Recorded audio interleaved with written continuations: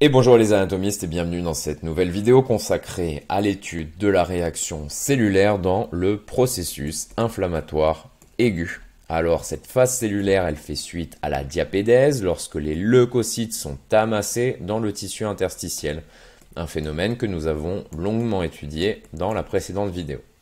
Alors, ce qui est important à retenir, c'est que la réaction cellulaire, elle va se caractériser par la formation d'un granulome inflammatoire, granulome en forme de grain, que vous pouvez voir sur cette image, et qui va assurer le nettoyage par les phagocytes, polynucléaires et macrophages, développer une réaction immunitaire lymphocytaire B et ou T, sécréter de multiples médiateurs, intervenir dans le recrutement cellulaire, la phagocytose, la défense immunitaire, et la modification de la matrice conjonctive et permettre le développement de la réaction immunitaire adaptative.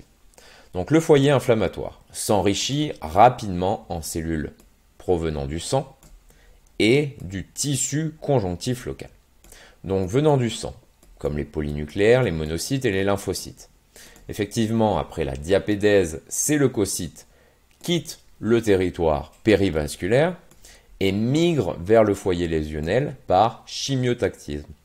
Les agents chimiotactiques produits par les tissus altérés, par des bactéries et par les leucocytes déjà présents dans le foyer inflammatoire, vont se fixer sur des récepteurs membranaires des leucocytes, ce qui conduit à l'activation de leur cytosquelette et à leur mobilisation.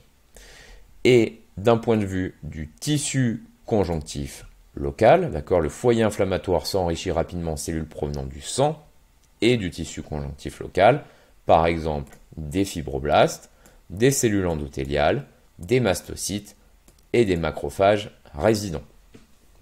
Alors localement, certaines cellules vont se multiplier, c'est le cas des fibroblastes, des lymphocytes, des cellules endothéliales et à un moindre degré des macrophages, et vont se transformer ou se différencier. On va noter une accumulation de polynucléaires dont la durée de vie est courte, 3-4 jours environ.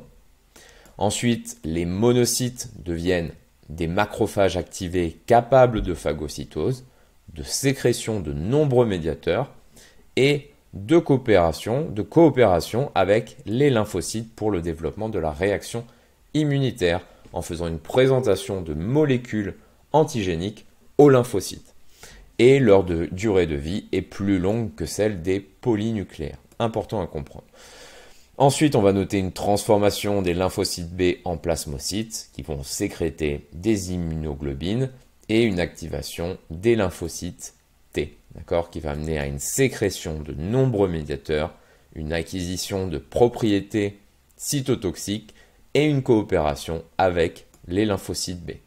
On va noter ensuite une modification des fibroblastes en myofibroblastes avec une acquisition de propriétés contractiles et une synthèse des constituants de la matrice extracellulaire. Alors pour terminer sur cette vidéo, la composition du tissu de granulation va varier en fonction du temps. Les polynucléaires sont le stigmate morphologique de l'inflammation aiguë, mais généralement après quelques jours ou semaines d'évolution, ce granulome inflammatoire contient plus de cellules inflammatoires mononucléées que de polynucléaires. Il s'agit alors de macrophages et de cellules de la réponse immune, les lymphocytes, les plasmocytes.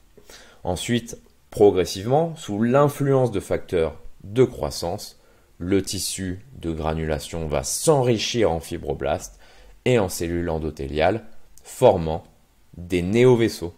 Voilà les anatomistes, c'était tout pour cette vidéo.